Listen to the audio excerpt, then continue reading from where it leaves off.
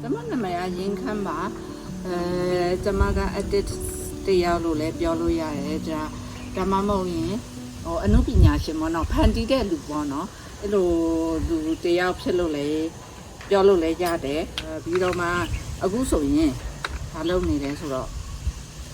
ဒီ reason လေးတွေနဲ့လေပကြီးကားတွေဖန်တီးနေတယ်canvas ပေါ်မှာreason လေးတွေနဲ့ရှုကင်းတို့တိတ်ရွက်ကြွေတာတို့အမျိုးမျိုးဖုံပေါ့နော်ဖန်တီးတယ်ပြီးတော့မှဒီလိုဆွဲကြိုးလေးတွေကတော့လောက်တာပေါ့နော်ဒီလိုမျိုးပန်းကလေးတွေလည်းလောက်ပါတယ်ဒီပန်းလေးတွေဆိုရင်လက်ဆောင်ပေးတယ်ကိုချစ်တဲ့လူတွေလက်ဆောင်ပေးရလက်ဆောင်ပေးတယ်ပြီးတော့မှorder mine လည်းလုပ်ပေးတယ်